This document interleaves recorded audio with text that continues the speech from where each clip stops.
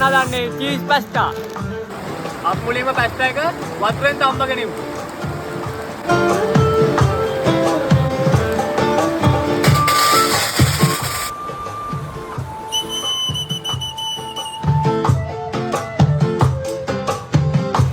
අපි මුලින් වතුර එක හොඳට නටවගෙන ඉමු.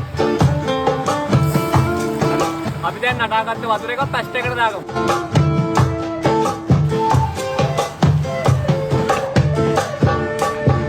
කපන්න නම් ඉතින් තාරුක තමයි.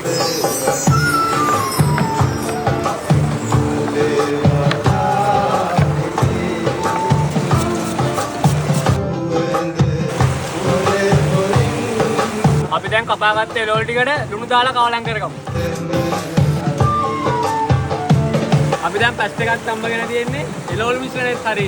දැන් තමයි අපිට සුපිරිම වැඩ කෑල්ල ගන්න තියෙන්නේ. එළවලු මිශ්‍රණය හදා ගන්න අපි මුලින් පොල් තේ චුට්ටක් දාලා ඊළඟට බටර් එකෙන් හදාගමු. අපි දැන් බටර් එක දාගමු.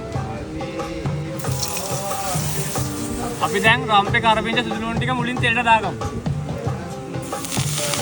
අපි දැන් එළවලු මිශ්‍රණය මේකට දාගමු. අපි දැන් ගම්මිරිස් කුඩු කෑලි මිරිස් දාගමු. අපි දැන් බිත්තරේ දාගමු. අපි දැන් මේකට චීස් කෑලි ටික දාගමු.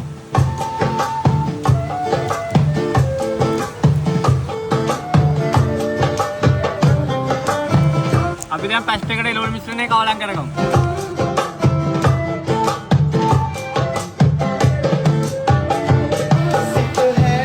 අපි දැන් පැස්ට් එක හදලා ඉවරයි.